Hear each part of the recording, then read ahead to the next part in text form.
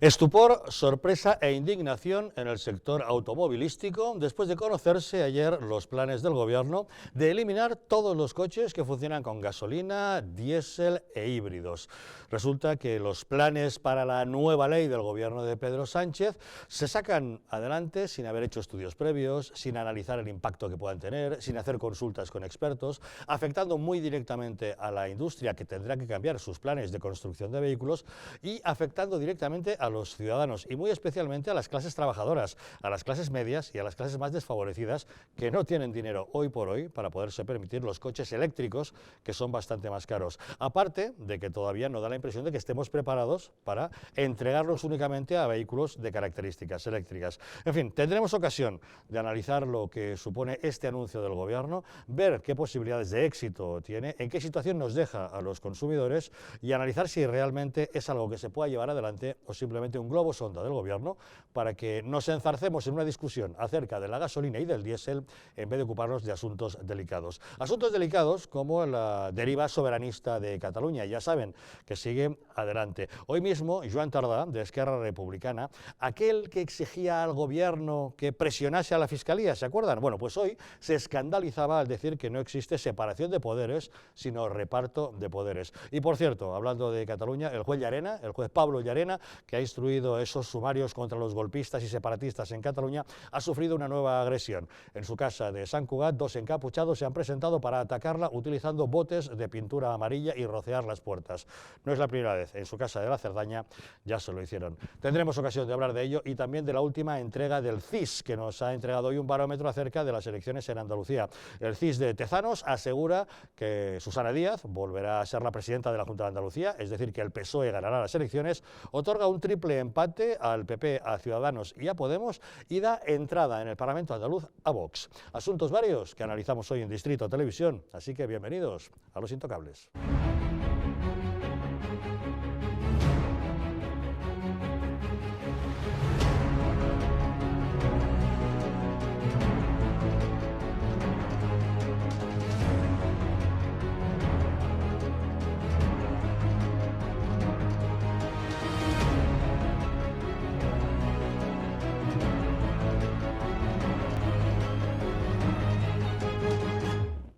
Muy buenas noches para analizar los asuntos que nos ocupan en la mesa de los Intocables. Hoy nos acompañan Abuy Enfubea. ¿Cómo estás, Abuy? Muy buena nit. Buenas nit, gracias por acompañarnos. También con nosotros Sergio Bravezo. ¿Qué tal, Sergio? Muy bien, aquí encantado de estar con vosotros. Gracias, muy buenas noches. Alfredo Perdiguero, ¿cómo estás? Buenas noches. Buenas noches, Javier. Y también con nosotros Ángeles Soto. ¿Qué tal, Ángeles? Buenas noches. Muy bien, fenomenal. Gracias por la invitación. Bueno, hoy hemos de hablar de algo que nos afecta a todos, porque todos nos movemos en coche de una manera o de otra. Ya saben ustedes que la decisión del Gobierno de vetar los coches híbridos y de combustión en el año 2040 ha caído como un jarro de agua fría en la industria automovilística.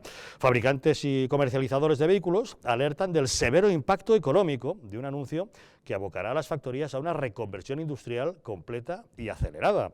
La fabricación de vehículos da empleo de forma directa a 100.000 personas en España, en 17 factorías, y a 200.000 más de forma indirecta. En total, el 9% de la población activa. Unas cifras asentadas sobre el montaje de modelos de combustión.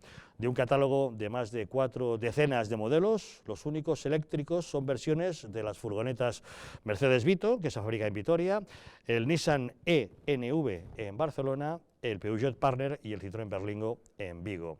La verdad es que a todos nos ha pillado por sorpresa este anuncio de que se van a acabar los coches que funcionan con gasolina, y el presidente del Gobierno, Pedro Sánchez, preguntado al respecto, ha salido con una respuesta bastante frívola, diciendo que hay que ser valientes con esto de combatir el cambio climático. Eso pregúnteselo a Merkel, que la tiene para el año 2030. Yo creo que no. Tenemos que ser valientes en todo lo que tiene que ver con el cambio climático. Insistiendo los periodistas, en este caso con Adriana Lastra, la portavoz del PSOE, ella ha echado balones fuera diciendo que al final de todo esto lo importante es nuestra salud. Estamos hablando de salud. Primero de lucha contra el cambio climático, pero también y fundamentalmente de salud. Creo que en el Congreso, por lo que hemos visto en las distintas comisiones de transición y lo que estamos viendo en los debates, tanto en el Pleno como en las comisiones, bueno, habría un amplio acuerdo de la necesidad de tomar medidas para precisamente impulsar el cambio del parque móvil. El sector de la automoción se ha echado las manos a la cabeza. Hoy hemos oído reacciones de la patronal de concesionarios, de la patronal de los constructores de automóviles, de absolutamente todos los sectores relacionados. Y sin embargo, la ministra de Transición Ecológica, cuando ha sido preguntada al respecto, ha dicho no, que ella no ha escuchado la reacción de ANFANC, en concreto, que es la patronal de los concesionarios, y que lo único que sabe es que todos los sectores están absolutamente comprometidos con este proyecto y que pretenden llevarlo adelante. Así que yo no he visto la reacción de ANFAC despacio, pero sí que en las conversaciones previas con su presidente y con muchas de las casas que fabrican automóviles existe un compromiso sincero por parte de todos de facilitar ese proceso de cambio de tal modo que la industria misma vaya encontrando un marco normativo que le acompañe, que le facilite el seguir estando bien posicionados a nivel mundial, el seguir manteniendo esos porcentajes de empleo y de PIB en España, pero evidentemente ir produciendo aquello que cada vez más se demanda en nuestro contexto, porque si no, como digo, es muy difícil decir al mismo tiempo quiero cumplir con los acuerdos de París, quiero preservar la salud pública y al mismo tiempo no entiendo que hay cuestiones que tienen que evolucionar. El Gobierno insiste en que es un proyecto que tiene preparado, que quiere llevarlo adelante, pero lo ha hecho sin consultar con la industria, sin dar opciones de otro tipo y alternativas a los ciudadanos, sin estar facilitando la compra de coches eléctricos, que son los más caros. Y yo les pregunto a ustedes, ¿ustedes tienen coche? ¿Ustedes están a punto de cambiar de coche? ¿Van a comprar otro? ¿Han pensado en qué modelo van a elegir? ¿De qué depende? Pues la verdad es que no lo sabemos. Hace unos años nos dijeron a todos que el diésel era el modelo de motor más adecuado, que aunque el coche diésel era un poco más caro, luego iba a ser mejor porque el combustible sería más barato, consumiría menos y una serie de cuestiones que nos permitirían que fuera el vehículo ideal, por ejemplo, para los autónomos, para los pequeños empresarios, para la gente que daba servicios, y resulta que ahora han demonizado el diésel.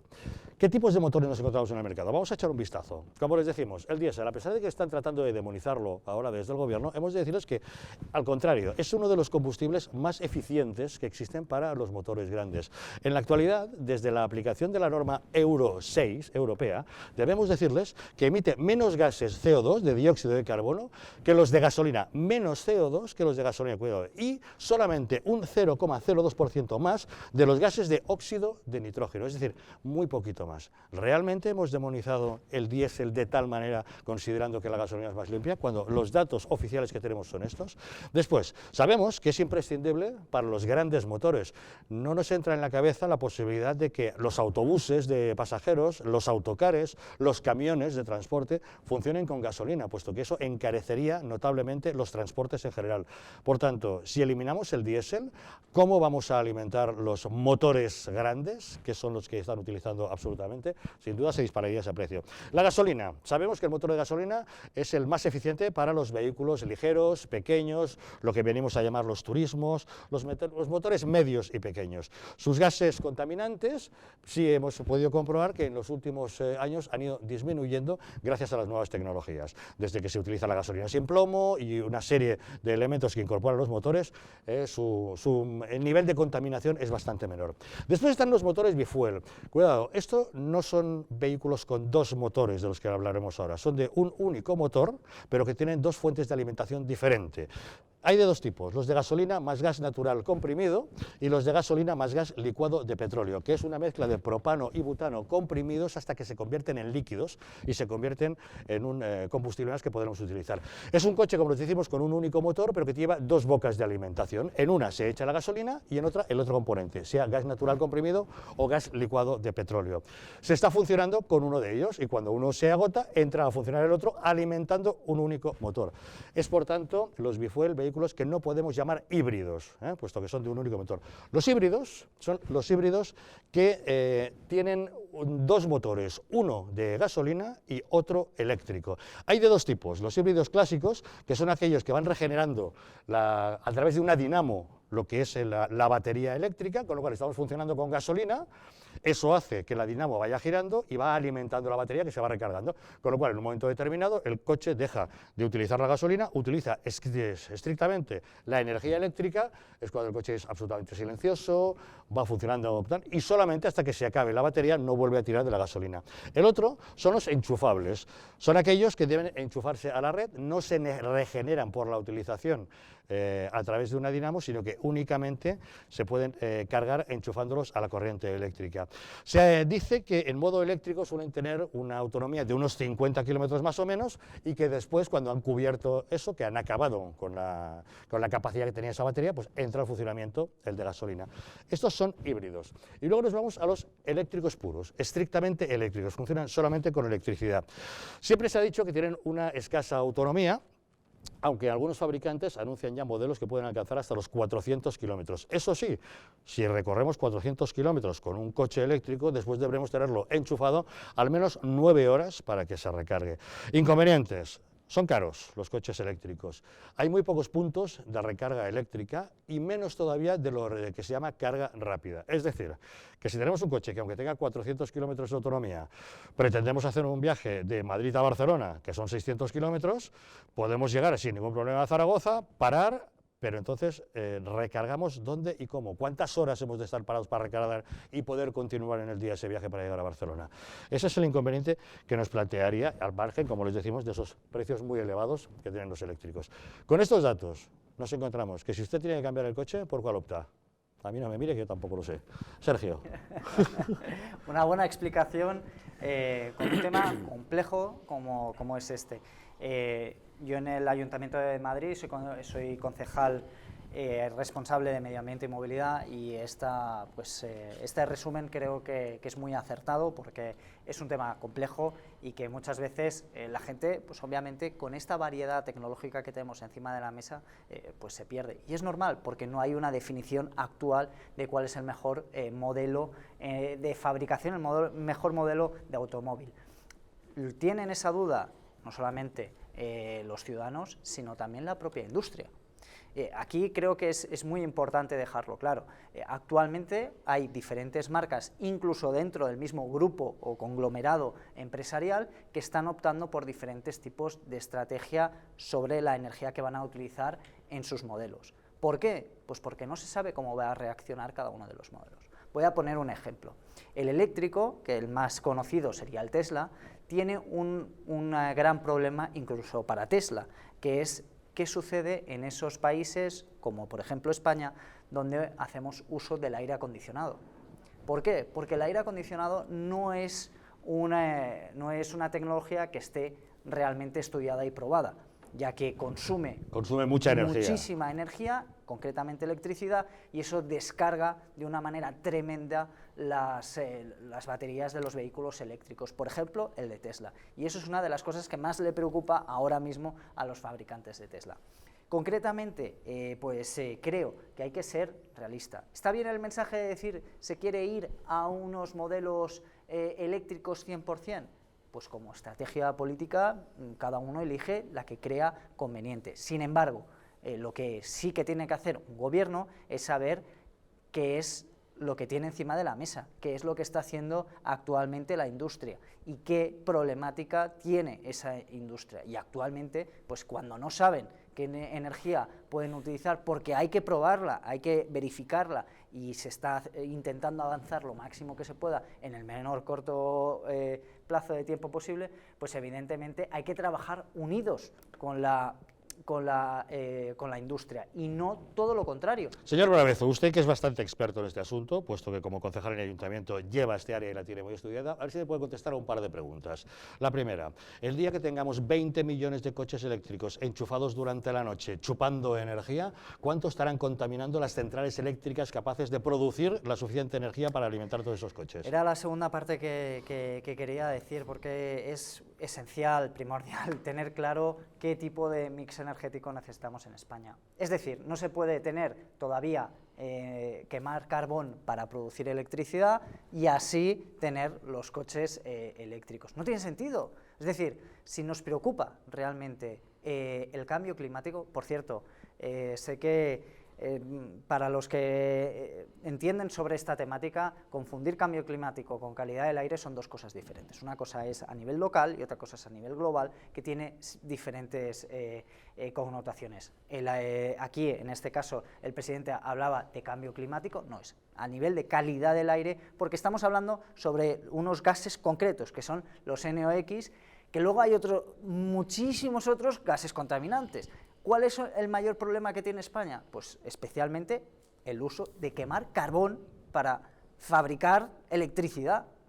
Y eso creo que es un gobierno responsable, ya solamente por eficiencia, por contaminación, por ser un material mineral extremadamente caro para España, que lo tenemos que extraer en España, desde Asturias, pero que luego compramos en Polonia para quemarlo aquí en España. Hombre, sinceramente, yo estoy harto de esta izquierda que lo único que está haciendo es poner mensajes que suenan bien, que, bueno, alguna gente se lo comprará, pero que luego tiene un efecto durísimo a la industria. Y le recuerdo aquí, y finalizo, a este equipo de gobierno que actualmente está ocupando la Moncloa, es que el 80% de los vehículos, 70%, perdón, que tenemos actualmente en España son diésel. Hay diésel, pero a nivel agrícola, a nivel autobuses, etcétera. Es decir, hay que tener claro... Los propios autobuses urbanos que circulan en la ciudad de Madrid, aunque haya algunos que van con gas natural y que además lo ponen, este autobús no contamina, es verde porque funciona con gas natural, la mayoría de ellos son de gasoil y claro, contaminan bastante más que cualquier otro coche. Evidentemente que tenemos, es verdad que está renovando, es verdad que es lo único bueno que ha hecho Carmena en este tiempo, que es sacar la chequera, por eso se le da bien, que es comprar autobuses. Y sí, se está haciendo ese cambio, pero es verdad que todavía tenemos un gran número de autobuses diésel, que por cierto hay en otras ciudades que también tienen. Entonces, no tiene ningún tipo de sentido lo que está diciendo Pedro Sánchez y luego la realidad con la que vivimos. Señor Perdiguero, ¿cómo lo ve usted? Pues yo mal. Yo lo he explicado muy bien, el sentido de que primero han demonizado el diésel, que como está diciendo Sergio, son 21 millones de coches que hay de diésel, es decir, 21 millones de usuarios, y diría el 99% de gente trabajadora en el cual utiliza el coche para desplazarse, con lo cual ya incrementamos ese gasto en las familias conforme está ahora mismo el tema, y que entre 27 y 28 millones de coches que hay en España, solamente el 2% es eléctrico. Por tanto, ¿a quién favorece con esta medida? Es decir, porque si, como bien ha dicho, las asociaciones de fabricantes, las asociaciones de consumidores y de concesionarios están en contra de esta medida, porque evidentemente ya les ha preguntado, ¿cómo legislamos? Yo siempre digo que cuando legislamos o legislan para favorecer a unos pocos por encima de unos muchos, está mal. Es decir, hay que favorecer a la mayoría para que evidentemente se beneficie esa gran mayoría por encima de las minorías. Pero aquí yo no sé a quién beneficia. O sea, a nadie de los que preguntas o hablas en la calle te dice una buena medida o te dice que sea algo bueno para todos. Sí, el trasfondo es de que respiraremos más sano, pero realmente estos coches, como dice Sergio, contaminan el ambiente. Realmente estos coches diésel, que te ponen una pegatina en el cual tienes una letra para según el tal, que a partir de 2010, 2000 tal, no son contaminantes, son mucho menos que el gasolina. Entonces, la primera medida con el gasoil, ¿a quién favorece? Desde luego no sé a quién. Y la segunda, ahora decimos que queremos coches eléctricos. El coche eléctrico más barato ahora mismo son 22.000 euros, es decir, si se venden ahora mismo lo que dices tú, los turismos más pequeños, que son de entre 9 y 11.000 euros, la gente compra esos coches, evidentemente, pues no tiene el poder adquisitivo para comprar uno más grande. Estamos doblando el mínimo a pagar. Claro, pero es que decimos que estos coches de 22.000 euros son 100 kilómetros de autonomía. Es decir, lo que hay ahora mismo en el mercado son 100 kilómetros de autonomía. Tú has dicho antes, de 400, los sí, los vehículos de altísima gama. Claro, a los cuales no tiene acceso nadie, porque el Tesla, como has comentado también, cuesta 150.000 euros, que sí, que puede llegar de 400 a 600 kilómetros de autonomía, pero es luego 9 horas de recarga, con lo cual nunca llegaríamos donde queremos llegar porque tenemos que enchufarle durante el tiempo que sea. Pero es que luego, aparte, queremos energías renovables limpias. ¿Cómo conseguimos esa cantidad de energía que gastamos de más? ¿De dónde proviene? Porque no queremos energía nuclear, que es la que tiene Europa, y sin embargo en España no la queremos, que es la que más puede dar, y tampoco la queremos. ¿Qué ponemos? ¿España llena de molinos de viento para que tengamos enchufes? O sea, yo no sé, ya digo, yo no sé, hay veces que yo soy menos profesional que vosotros en este tema, pero como sondeo a la gente de la calle, hablo con la gente de la calle y todo el mundo, no hay nadie que dé una opinión favorable a esta medida, ni del diésel primero, ni de los eléctricos después, te digo, porque en lo que estamos ahora, nadie en su sana cabeza hubiese legislado o legislaría, ya sea en el 30, en el 40 o en el 50, hay que vivir el día a día para ver cómo están las familias, para ver cómo está la situación española y para ver cómo está la energía en España para poder decir que... Sí, lo ha dicho Sergio, si ni siquiera tenemos establecido cuál es el modelo energético que deberíamos tener, o sea, ya nos estamos saltando eso. Ángeles, ¿qué te parece? Pues bien, esta es una más de Pedro Sánchez que empieza la casa, evidentemente no por los cimientos. Lo primero es que se lanza con un titular, allí va, a ver que pilla por sorpresa al sector automovilístico, un sector con una importancia en España, que somos uno de los países que más tecnología exportamos a todo el mundo y te deja pues absolutamente alucinado. Habéis comentado cosas interesantes, habéis comentado el tema de la calidad del aire, que ha dicho también Sergio, y yo quería recordar pues, una de las alertas máximas que hemos tenido por contaminación, pues justamente no se dio en el centro de Madrid, se dio en Villaverde y el otro barrio era una zona periférica, no recuerdo exactamente cuál, pero se dio concretamente en 2 medidores y ninguno de los 2 estaba en el centro de Madrid. Ahora vemos, pues en el Ayuntamiento de Madrid, y tú también lo conocerás de cerca, Sergio, tenemos el tema de los semáforos en la 5, o sea, cuando realmente lo que eso está produciendo es una enorme contaminación muy por encima de lo que se venía produciendo en esos kilómetros de vía. ¿Con qué finalidad? Con la finalidad de que la gente deje el coche en casa. O sea, realmente estamos viendo que se generan una serie de cambios que no se plantean pues, con la tranquilidad que deben. Evidentemente que hay que trabajar no solamente en el corto plazo. En ese sentido, pues evidentemente me parece bien pues, proyectar a 2040, 2050, pero vamos a ir viendo todo eso que tenemos aquí. Ha dado un dato muy relevante Javier, que por cierto, porque no me tengo que cambiar de coche, sino ya te estaba pidiendo que me acompañaras, porque se sabe la lección estupendamente. Me la he tenido que estudiar a la fuerza Orcan. Estupendamente, estupendamente. Bueno, pues evidentemente ya se va avanzando pues, con el tema de los cargadores que son más rápidos y demás. Habéis dicho cosas muy interesantes. ¿Qué vamos a tener? ¿Un cargador en cada plaza de aparcamiento en batería? ¿O vamos a tener que pelearnos a ver quién enchufa primero? Quédate en la parte más frívola. La familia que vive en un chalet, oye, pues si tienen el garaje en casa, pues se pueden instalar un enchufe suyo, sí, fácil. Los que viven en un piso y están en un parking comunitario tendrán que pedir permiso a la comunidad de propietarios, ver qué prorrateo de gasto supone ese consumo, es un contador propio para cada uno, para qué consume cada uno de electricidad. El que aparca en la calle tendrá que enchufarlo en enchufes públicos que pueda utilizar. Habrá para todos. Y luego, insisto, muy bien, mientras estamos durmiendo, la mayoría de los mortales, esas 9 horitas está el coche cargándose. En el momento que lo sacamos, todo lo que no sea utilización urbana o trayectos muy cortos, si es superior, tendremos gasolineras con puntos de recarga eléctrica allá donde vayamos, y esas recargas serán rápidas o lentas. Habrá que tenerlas, pero quería comentar 2 cosas a ese respecto. Una, nos estamos encontrando, por ejemplo, los ayuntamientos en los que quieres poner un punto de recarga, que una tienes 2 opciones, o ponerlo gratis para que el que vaya enchufe, con lo cual ya tienes el ciudadano que utiliza diésel o gasolina que dice, ¿y este por qué recarga su coche gratis? Y a mí nadie me subvenciona ni el diésel ni la gasolina.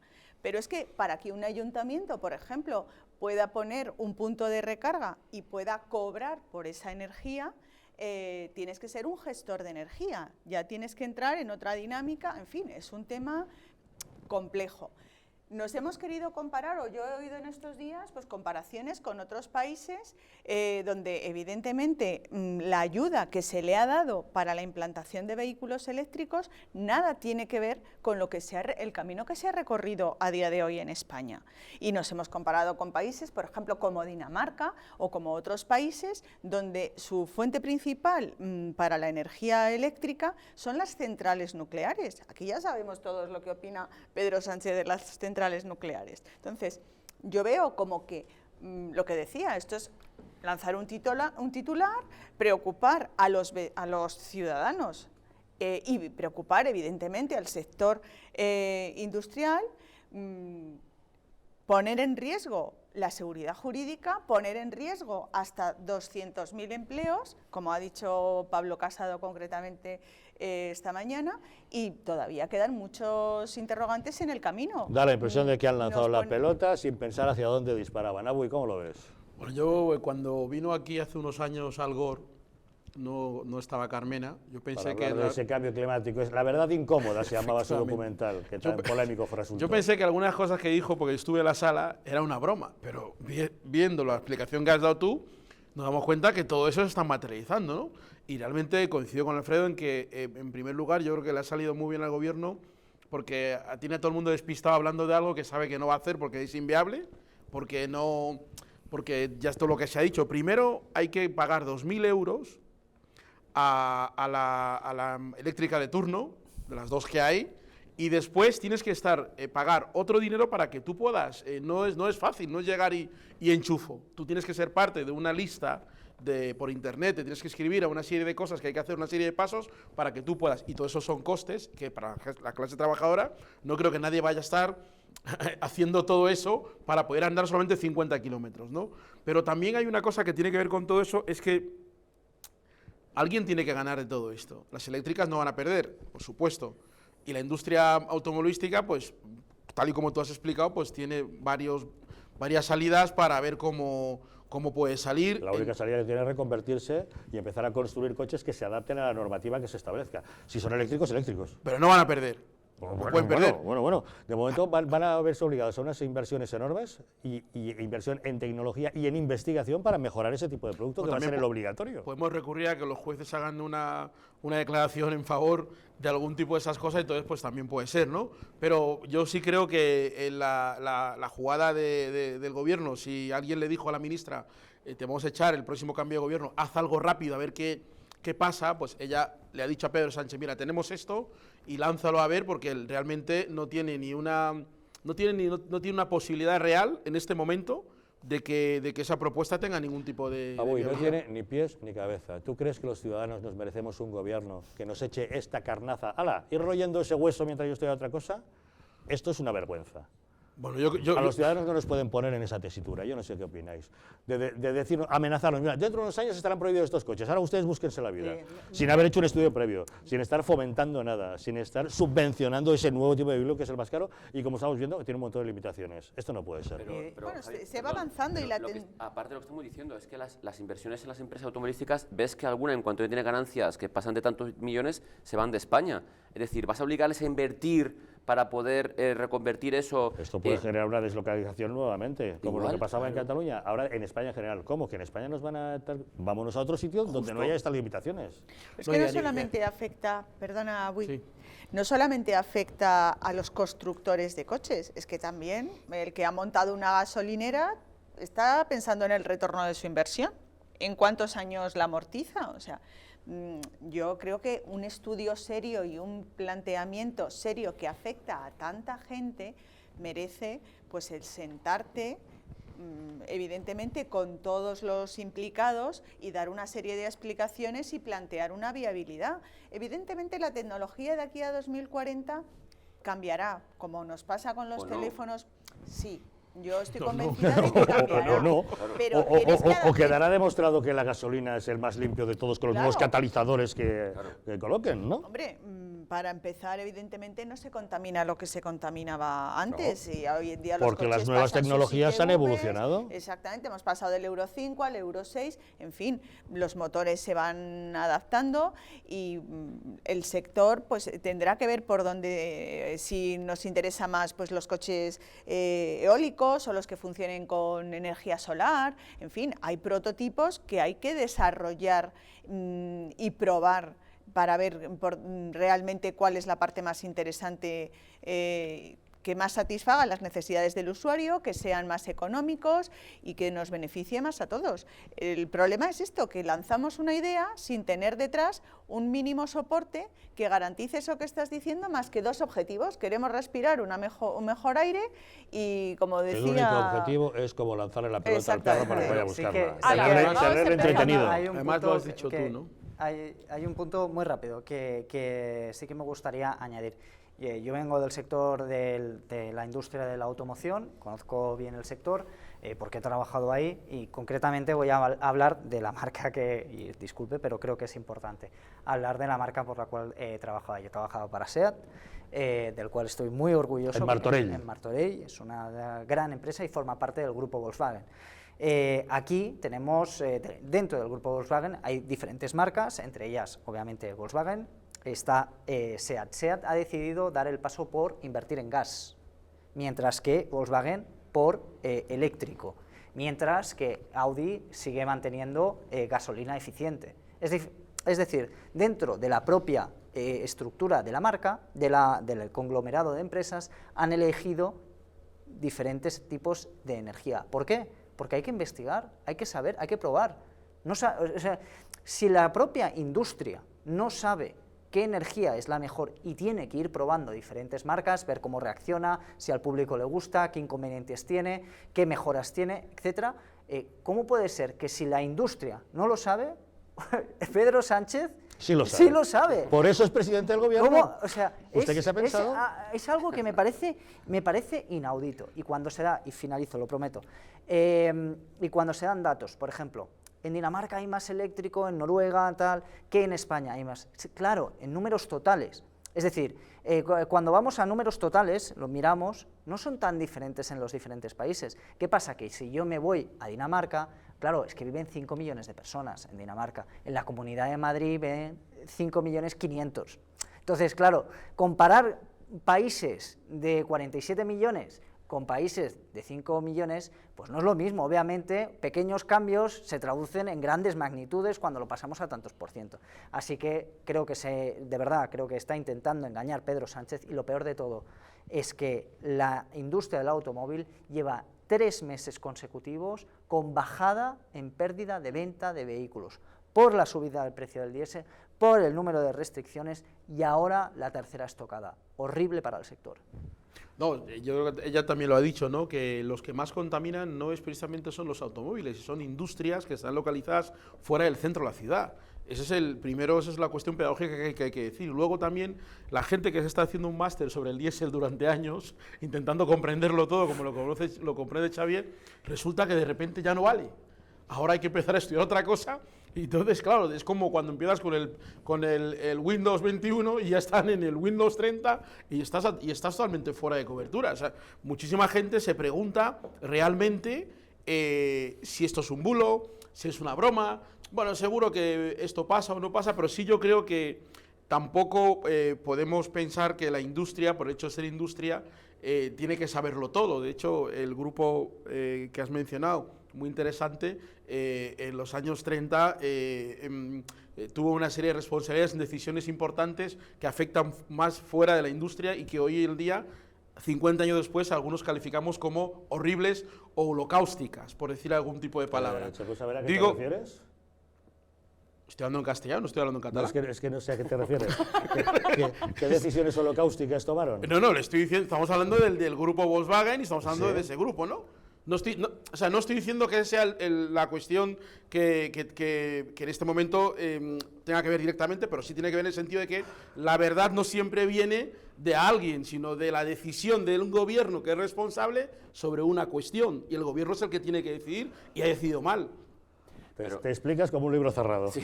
Bueno, yo creo que él me ha entendido porque él viene del grupo Volkswagen y el grupo SEAT, yo creo perfectamente. ¿Y qué decisión holocáustica tomaron en los años 30? No, eso fue los 27, mejor dicho. Sí, No quiero decir que las decisiones de las ¿Cuál fue? que las decisiones de las empresas, en este caso el grupo... O sea, Bui está jugando con un elemento que no nos revela, dando por sentado que deberíamos saberlo todos. Sí, yo creo que se sabe, ¿no? Hombre, sácanos de dudas, bueno, ilumínanos. No, lo que quiero decir es que en los años 20, años 30... ¿La revolución industrial te estás refiriendo? No, me estoy refiriendo a Alemania. ¿Qué? ¿Cómo que qué? De Alemania, estoy hablando de Alemania en los años 30, en los años 20...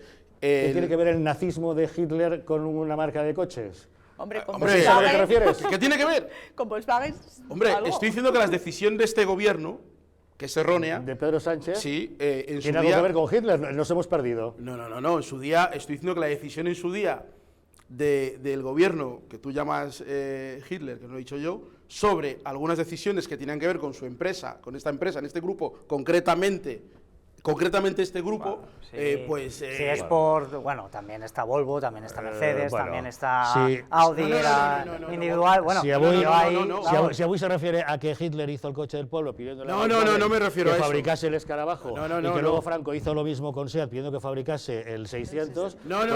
Pues yo creo que en cualquier caso fue un avance para la población motorizada de la época, al margen de los sistemas políticos de cada uno. No me refiero a eso. Pero no sé si te refieres monopolios, en fin, no sé, yo creo que te has llevado un poco el tema fuera de lo que era la discusión. No, para nada, pero bueno. Yo quería apuntar, además de esto, yo he preguntado en emergencias si les están dándoles cursos o tienen previsto darles cursos, porque en caso de choque de estos coches eléctricos, las baterías producen radioactividad insalubre. Es decir, lo que dicen, primero, ¿dónde se almacenarían estas baterías? Segundo, en caso de choque, ¿quién protegería a los ocupantes de los vehículos con esta radioactividad insalubre, que me queda un poco alucinado porque no sabía que llegasen a ser tan tóxicas?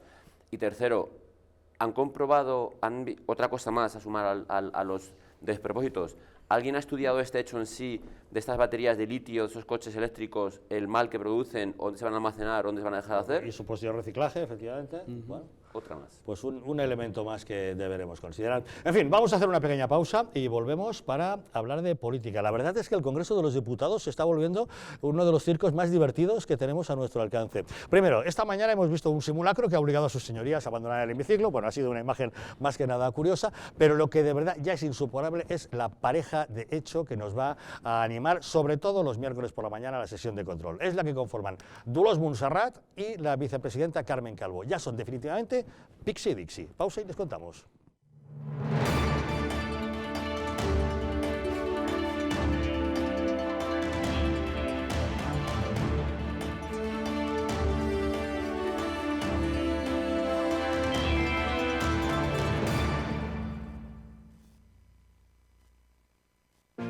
Hay vidas que dan vida.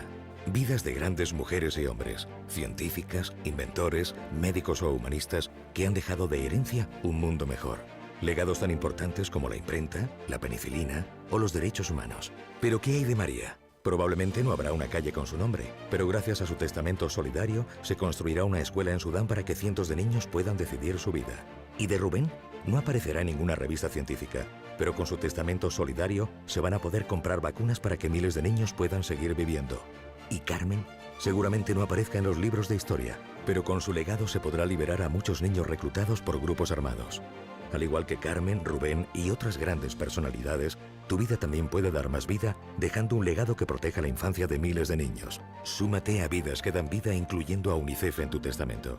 Pide tu guía informativa en el 900-907-500 o en testamentounicef.es y convierte tu testamento en un testamento solidario UNICEF.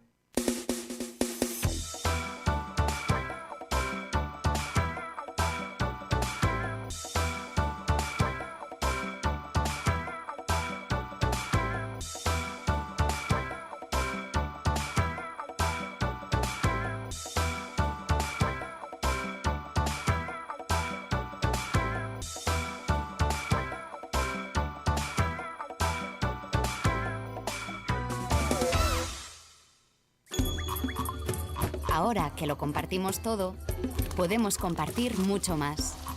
Podemos acabar con el hambre en el mundo.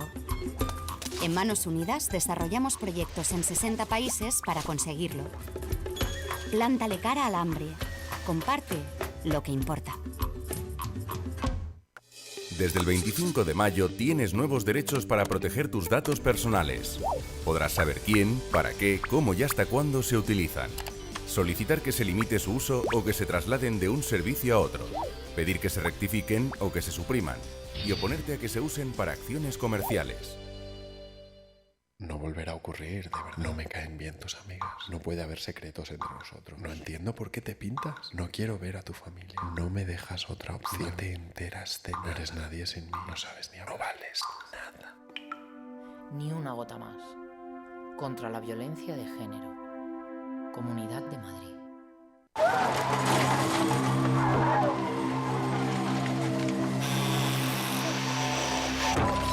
En un accidente de tráfico, ¿quién prefieres ser? ¿Quién vive o quién muere? Tu instinto elige sobrevivir. Pero veamos, tienes fractura de fémur, 2 costillas rotas y muchas contusiones. Tendrán que operarte, ponerte 2 pernos en el hueso y tomarás muchas medicinas para soportar el dolor. Un dolor que será más grande en el momento que descubras a un policía judicial a los pies de tu cama. Has matado a tu mejor amigo y también a un niño de 7 años que viajaba en otro coche.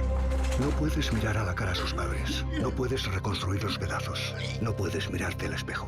Todo esto no te dejará dormir por las noches y te engancharás a los ansiolíticos. Ingresarás en prisión por homicidio imprudente. La cárcel es un lugar en el que no te imaginaste nunca. Tu mujer no podrá soportar la situación. Tu trabajo desaparecerá y te será difícil encontrar otro teniendo antecedentes penales. Así que piénsalo 2 veces antes de pisar el acelerador, tomarte esa copa o mirar el móvil. Dirección General de Tráfico, Ministerio del Interior, Gobierno de España.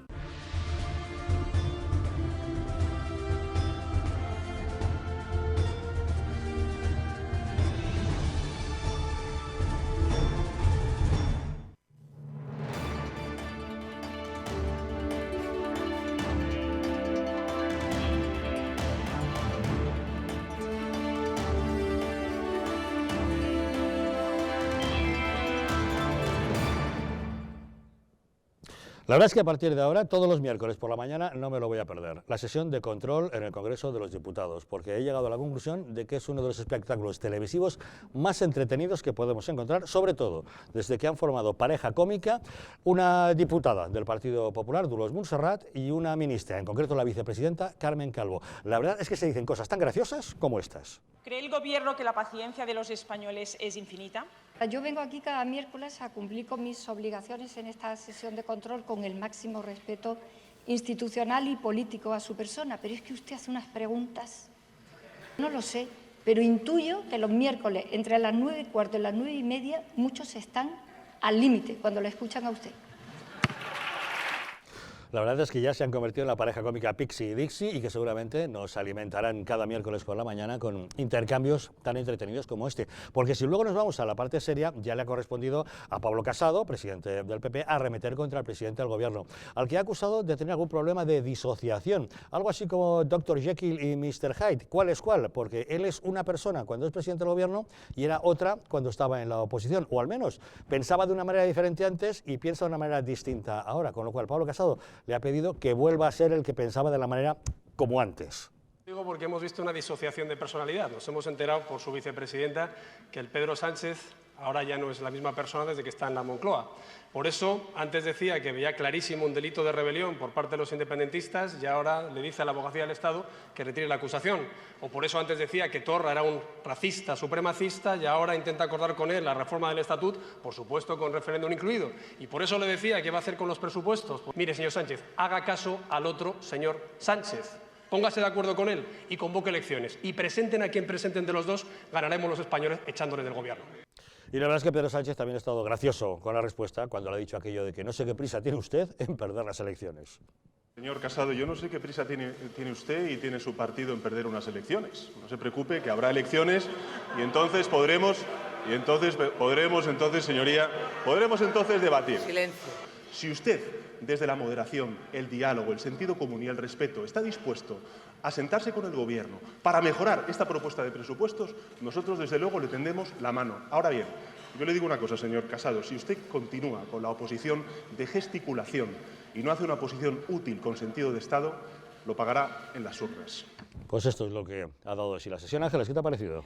Pues bueno, que evidentemente Pedro Sánchez sigue con sus bandazos habituales, porque ahora mismo decía que le invitaba a Pablo Casado a discutir de los presupuestos y demás, y en la misma sesión de control Pablo Casado le ha recordado que el 2 de agosto, cuando se reunieron en la Moncloa, pues concretamente le planteó un acuerdo en varias líneas de actuación, en tema de violencia de género, en tema de defensa, en tema de infraestructuras, y 3 acuerdos muy concretos. Uno era con el tema de los presupuestos. ¿A qué se ha dedicado Pedro Sánchez con el tema de los presupuestos? Pues a mantener en vez de mantener una política económica responsable, pues al revés, va en la línea de incrementar el déficit, incrementar los impuestos y muy probablemente pues generar otra vez paro y pérdida de empleos. ¿Cómo? Pactando con Podemos y con las ideas que a estos se les ocurren. le planteó exactamente igual, que aprovechara la mayoría que el Partido Popular tiene en el Senado para aplicar un 155, bueno, pues con rigor y para poner orden en Cataluña. Y en su lugar, pues lo que ha hecho ha sido pues crear nuevas estructuras del Estado, hablar de crear nuevas estructuras del Estado, pues como el Diplocat o el Consejo de la República, etcétera, etcétera. Planteó exactamente igual, pues en materia educativa, desbloquear un pacto por la educación, y en su lugar, ¿qué ha hecho? Pues atacar a la educación concertada, poniendo en entredicho su continuidad, poner en riesgo la libertad de elección de centro, exactamente igual con respecto al tema de la evaluación que se viene haciendo en materia educativa, en fin, que evidentemente la política que aplica Pedro Sánchez en nada tiene que ver con su discurso de Pablo Casado, venga usted aquí, pongámonos a trabajar en base a los presupuestos. Ayer mismo hemos tenido otro ejemplo, ayer con el tema de la ley de símbolos que ha propuesto el Partido Popular, pues han votado en contra. Ellos, Podemos y compañía, o sea que lo de defender a España y defender nuestra Constitución, pues se pone muy, pero que muy en entredicho. Hemos tenido el ejemplo también hace unos días del tema de las hipotecas. Pablo Casado lo propuso claramente, vamos a eliminar el impuesto de actos jurídicos documentados. Él dijo que si llega al gobierno lo eliminará, Claro. Ese y otros impuestos. Sí. Veremos si es verdad. Bueno, de entrada hay que llegar y desde luego el Partido Popular sí que os puedo decir que cada una de las propuestas, y así lo hacemos en los ayuntamientos, en las comunidades y a nivel nacional, cada una de las propuestas que se incluyen en nuestros programas electorales son valoradas, pensadas económicamente, su repercusión, etcétera, etcétera, y si hay alguna duda de que se pueda cumplir, no se pone. Si luego surgen problemas en el camino, pues también hay algunas que no se alcanzan, no voy a negarlo. Yo, lo de Pixi Dixi me da vergüenza ajena. Me da vergüenza ajena porque la vicepresidenta, sabemos que le preguntan por dónde sale el sol y te dice son las 7:15. Efectivamente. Que si va a Barcelona y te dice que ella duerme por la noche en una cama. O sea, que las respuestas que te da esta buena mujer no tienen nada que ver con lo que pregunta. De hecho, viste la rueda de prensa en cuanto le preguntaron que por qué dijo en su momento el señor presidente del gobierno que era una sedición. Y dijo, antes de mayo, y se lo tan a gusto. O sea, delante de toda la prensa, delante de toda España, delante de todo el mundo, dice que era un señor diferente al que es ahora. El presidente del gobierno no ha dicho esto porque cuando lo dijo no era presidente del gobierno. ¿Es así? Yo te lo juro que tuve que verlo unas pocas veces en Twitter porque pensaba que era un montaje de estos y como ya sabes cómo están las cosas, yo lo puse. Pero lo oí de verdad, o sea, dice, no, hasta mayo era un señor, a partir de mayo otro señor, que piensa diferente, o sea, lo contrario, que no es poco. Y luego la señora Calvo, pues eso dice, ¿qué pregunta me hace usted? Señora, si no son preguntas de control al gobierno, ¿qué quiere que la pregunte? ¿Que cómo está su familia? ¿Qué tal están los españoles? Que le tenga que preguntar como vicepresidenta de un gobierno cómo están o cómo legislan para que sea lo mejor para los españoles. Y sin embargo, ya digo que es que sale por petenera siempre. O sea, han montado, como bien dice Javier, un poco circo. Ya teníamos el circo con Rufián, que era... Sí. Era el cómico mayor. Justo, era al día que yo decía muchas veces que habíamos perdido la seriedad de las cortes, habíamos perdido esa seriedad en el cual pues todo el mundo va bien vestido, hay una educación que predomina en todo el mundo, ahora en casi todo el mundo, que hay cierto grado de cortesía, que hay unas reglas, unas normas muy estrictas en las cuales todos tienen que cumplirlos. Ahora vemos que algunos van a las cortes, hoy es mi día, voy a hacer minuto de gloria y punto, y chaispún. Y en este caso yo digo que la vicepresidenta, como vicepresidenta del gobierno, a mí me da cierto pena, voy a decirte, por decirte algo, porque cuando estaba en la oposición el Partido Socialista era muy incisivo y evidentemente había que contestar y contestaba el PP a lo que le preguntaban. Y ahora, ya digo, ¿de qué te vale preguntar preguntas muy incisivas, muy...? Si te van a contestar manzanas traigo. Justo. O tienes igual que el señor presidente del gobierno, que le preguntaron el señor Rivera el otro día cuando le pregunta, ¿va a indultar usted a...? No, porque usted tiene que hacer... ¿Va a indultar usted a...? No, pero es que vamos a ir. ¿Va a indultar usted? Da igual. Y no contesta. No contesta. Lo cual quiere decir que tiene intención de indultarles. Vamos. Para mí, una de las cosas más importantes, tenemos que tener claro que la democracia tiene tres pilares fundamentales, el ejecutivo, el legislativo y el judicial. Y actualmente todo eso está ahora completamente difuminado, algo que nos tiene que preocupar de manera profunda. ¿Por qué? El ejecutivo no está dando respuestas a ninguna de las preguntas que le hace la Cámara que le tiene que controlar, que es el legislativo. Para mí, que Pedro Sánchez lo único que haga es atacar cuando le preguntan, lo único que está haciendo es empobrecer la democracia. Es lo único que hace. Y luego, el siguiente paso que hemos visto ha sido, esta última semana, manchado el Poder Judicial otra vez, nuevamente, quitándole la independencia. Además, ahora Podemos ya ha puesto las zarpas en los jueces, cosa que nos tiene que preocupar de manera profunda, porque la independencia judicial es esencial para tener un orden en nuestra democracia. Sin eso, estamos absolutamente perdidos. Y hoy lo que estamos viendo, o lo que hemos visto estos días en el Parlamento, en las Cortes Generales, es la ruptura de la democracia en su base. Es decir, un ejecutivo que tiene que trabajar por España, cosa que está siempre volando alrededor del mundo, el legislativo que actualmente no puede hacer su trabajo porque el ejecutivo no responde al control de la Cámara, y se ha acabado con la independencia a nivel judicial. Yo, sinceramente, una de las cosas que sí que me gustaría también señalar, aparte de mi preocupación por la salud de nuestra democracia, es que, recogiendo las palabras que antes decías y me parecían muy apropiadas, es la vuelta a ese cinismo como filosofía del siglo IV antes de Cristo, donde es volver otra vez al sentimiento más puro, ir a los sentimientos, a la rabia, al descontrol, todo lo que es control, orden, educación, respeto. No. El cínico puro y duro, pues es lo que estamos viendo. Cuando una persona falta el respeto con su manera de vestir, con sus formas, con su poca educación en las Cortes, en realidad nos está faltando el respeto a todos los españoles. Sí, señor.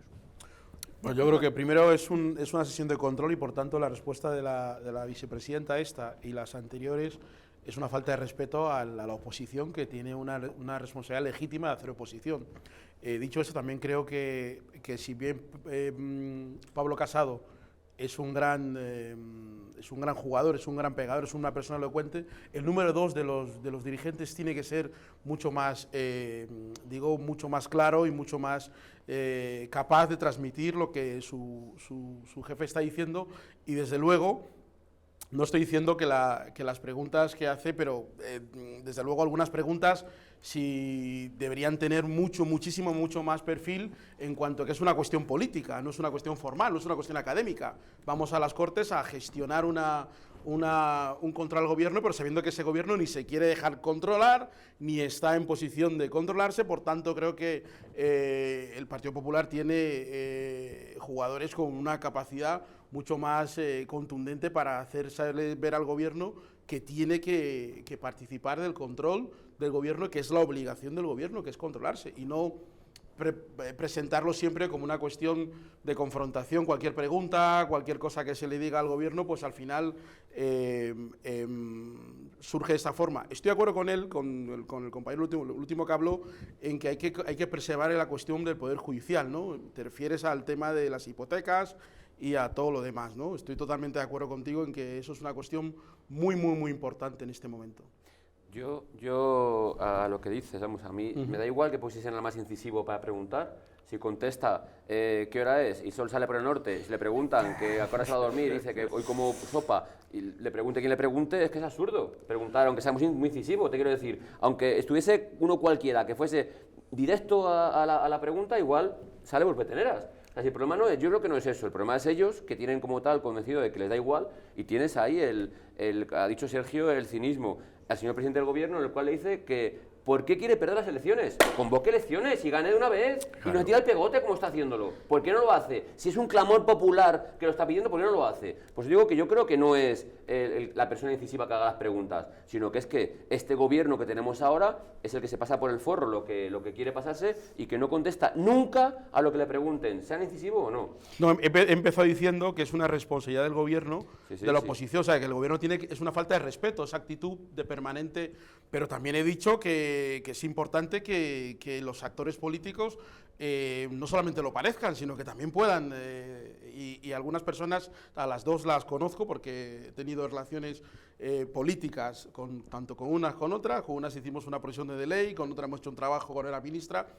Y es verdad que en el PP ha llegado un cambio muy grande y Pablo Casado es importante, pero sería importante también acompañarse también de un Quijote, ¿no? Que también viera, no sé, yo creo que la pegada política es importante, ¿eh? Y en cualquier nivel. Y no estoy diciendo que la señora Dolors Montserrat, que me cae perfectamente, pero creo que la vicepresidenta no está por la labor de entrar precisamente en ningún ámbito del control político, y se le puede hacer un control político aunque no quiera. Y se le debe hacer. Es que claro. Los miembros es para controlarla. Mira, realmente yo creo que Dolors Montserrat lo hace muy bien, tiene intervenciones que son muy brillantes. Yo, vamos, me encanta escucharla en muchas ocasiones porque me parece una persona que lo vive y que transmite ese entusiasmo. Y te voy a responder en carne propia. Yo soy concejal en la oposición en el Ayuntamiento de Villanueva del Pardillo. Le he preguntado en varios plenos al alcalde que me aclarara unas cuestiones de un expediente de la escuela infantil del que él no ha delegado en ningún concejal, que lo llevaba directamente. ¿Sabes cuál ha sido su respuesta? Segundo turno de intervención, ¿alguien quiere decir algo? Yo, que no me ha contestado. ¿Pasamos a la votación? ¿Qué quieres que haga? ¿Tiene problemas de oído? No, ninguno. Tiene problemas de que no sabe de la materia de la que le hablo. Eso sí. Eso sí.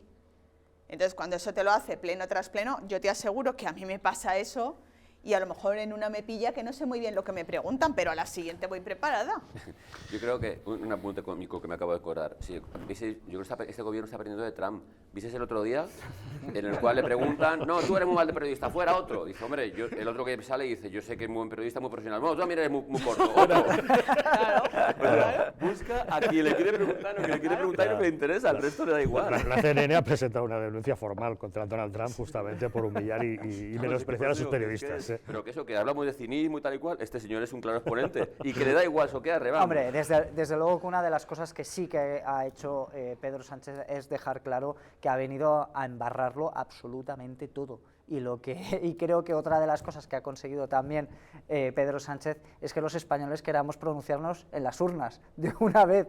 O sea, es una de las cosas que yo la veo, unanimidad, todos queremos lo mismo, que convoque elecciones. Sí, me gusta ser positivo y ver, y creo que también hay otra de las partes positivas, que creo que los constitucionalistas, especialmente con lo que pasó en Alsasua, después del acto, para mí fue un antes y un después, sinceramente, porque creo que los partidos constitucionalistas hemos estado unidos en los puntos que creemos que son necesarios. A mí me gustó mucho Alsasua ver al PP y a Vox al lado de Ciudadanos en un acto y me sorprendió enormemente la reacción del PSOE y del Gobierno, saliéndose del marco constitucional, poniéndose ellos a otro lado. Completamente de acuerdo. Por eso para mí es un punto de inflexión, especialmente porque Pedro Sánchez decidió que eso no le gustaba. Pero por cierto, a este gobierno de Pedro Sánchez parece que nada le afecta, parece que tiene cosas amortizadas. Yo sinceramente creo que las declaraciones no fueron declaraciones, es verdad que fue un tuit y a veces se le da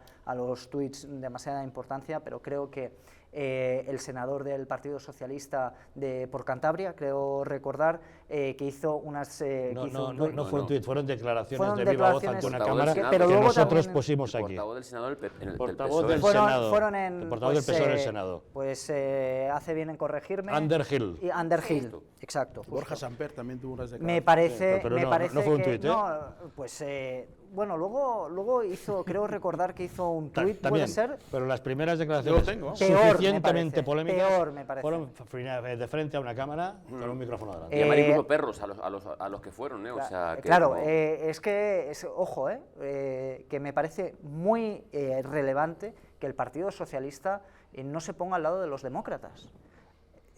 Recordemos lo que pasó en Alsasua, es decir, los demócratas tienen que ir con escolta.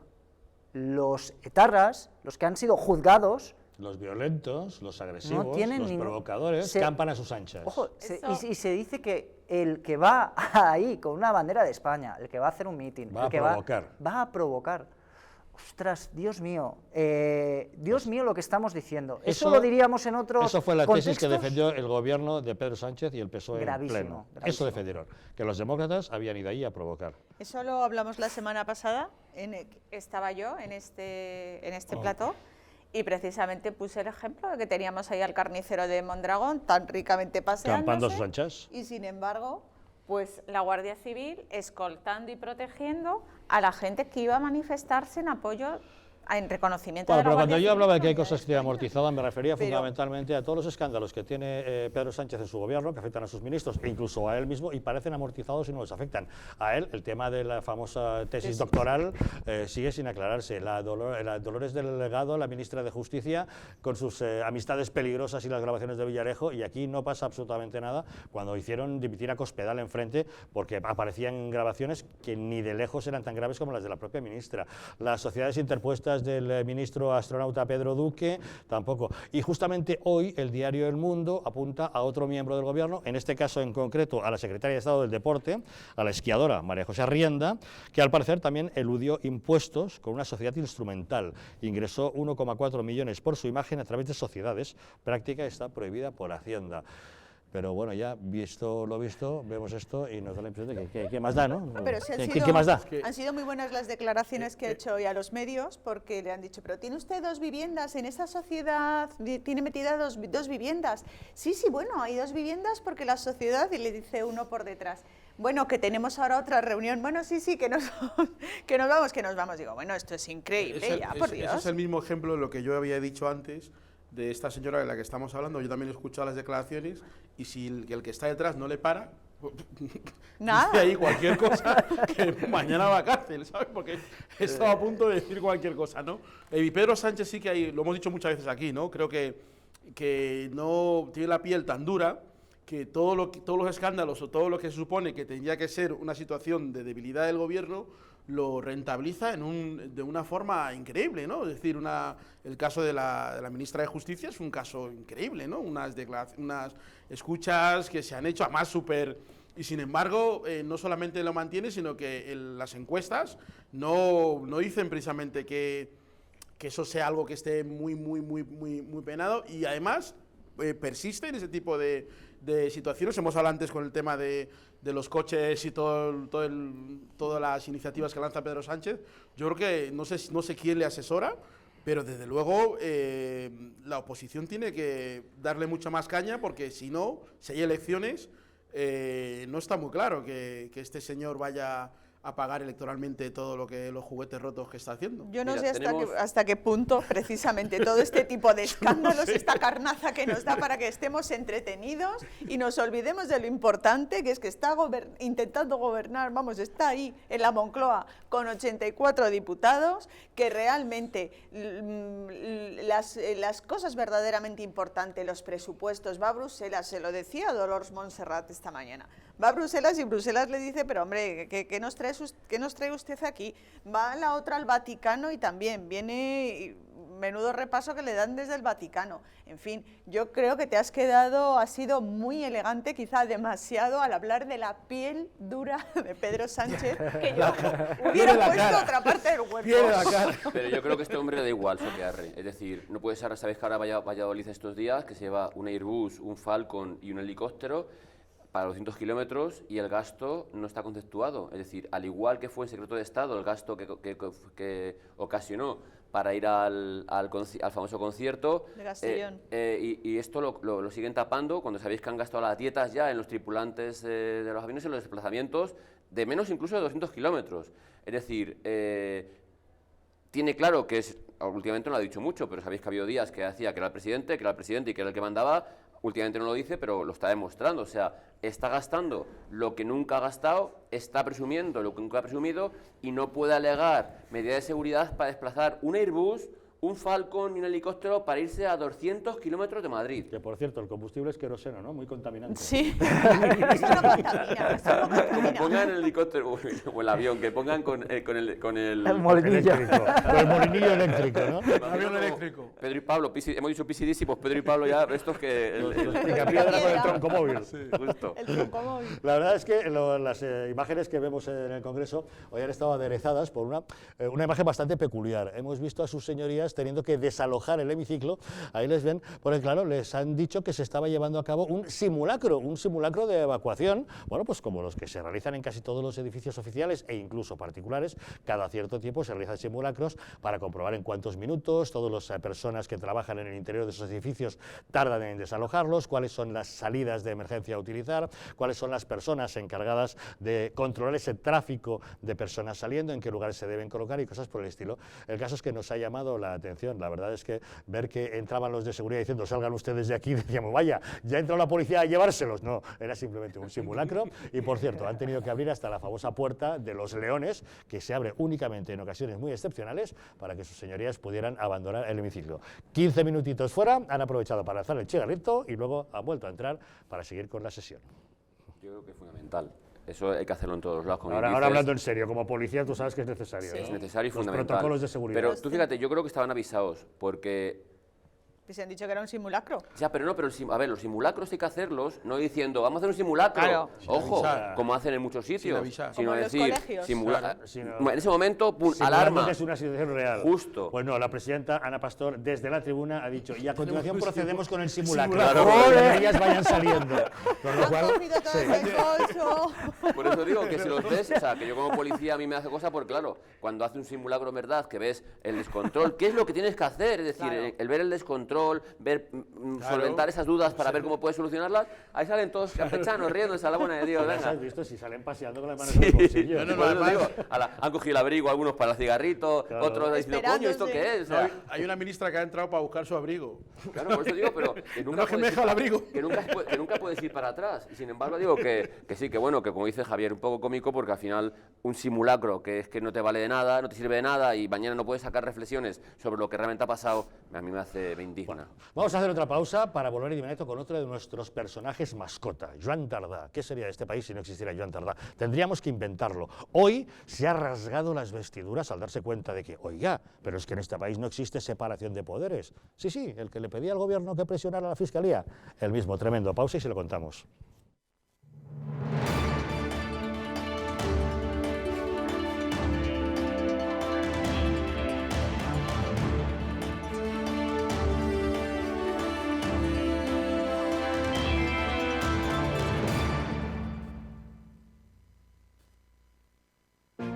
Hay vidas que dan vida.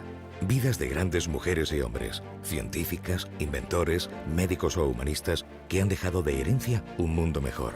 Legados tan importantes como la imprenta, la penicilina o los derechos humanos. ¿Pero qué hay de María? Probablemente no habrá una calle con su nombre, pero gracias a su testamento solidario se construirá una escuela en Sudán para que cientos de niños puedan decidir su vida. ¿Y de Rubén? No aparecerá en ninguna revista científica, pero con su testamento solidario se van a poder comprar vacunas para que miles de niños puedan seguir viviendo. ¿Y Carmen? Seguramente no aparezca en los libros de historia, pero con su legado se podrá liberar a muchos niños reclutados por grupos armados. Al igual que Carmen, Rubén y otras grandes personalidades, tu vida también puede dar más vida dejando un legado que proteja la infancia de miles de niños. Súmate a Vidas que dan vida incluyendo a UNICEF en tu testamento. Pide tu guía informativa en el 900-907-500 o en testamentounicef.es y convierte tu testamento en un testamento solidario UNICEF.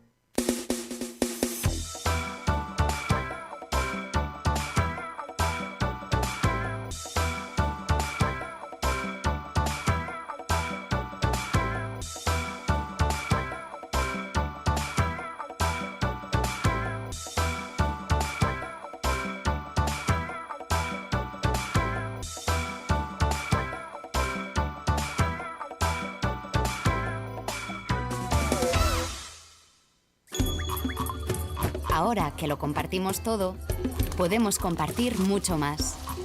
Podemos acabar con el hambre en el mundo. En Manos Unidas desarrollamos proyectos en 60 países para conseguirlo. Plántale cara al hambre. Comparte lo que importa.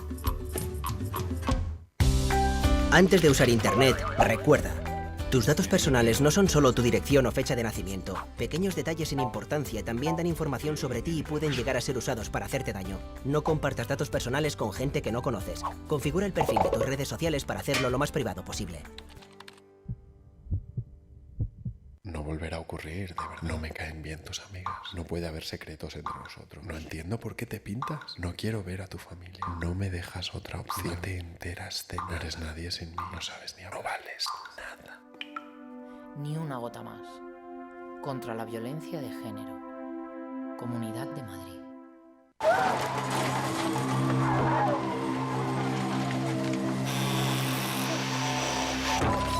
En un accidente de tráfico, ¿quién prefieres ser? ¿Quién vive o quién muere? Tu instinto elige sobrevivir. Pero veamos, tienes fractura de fémur, 2 costillas rotas y muchas contusiones. Tendrán que operarte, ponerte 2 pernos en el hueso y tomarás muchas medicinas para soportar el dolor. Un dolor que será más grande en el momento que descubras a un policía judicial a los pies de tu cama. Has matado a tu mejor amigo y también a un niño de 7 años que viajaba en otro coche. No puedes mirar a la cara a sus padres. No puedes reconstruir los pedazos. No puedes mirarte al espejo. Todo esto no te dejará dormir por las noches y te engancharás a los ansiolíticos. Ingresarás en prisión por homicidio imprudente. La cárcel es un lugar en el que no te imaginaste nunca. Tu mujer no podrá soportar la situación.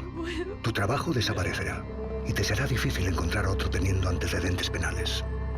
Así que piénsalo 2 veces antes de pisar el acelerador, tomarte esa copa o mirar el móvil. Dirección General de Tráfico, Ministerio del Interior, Gobierno de España.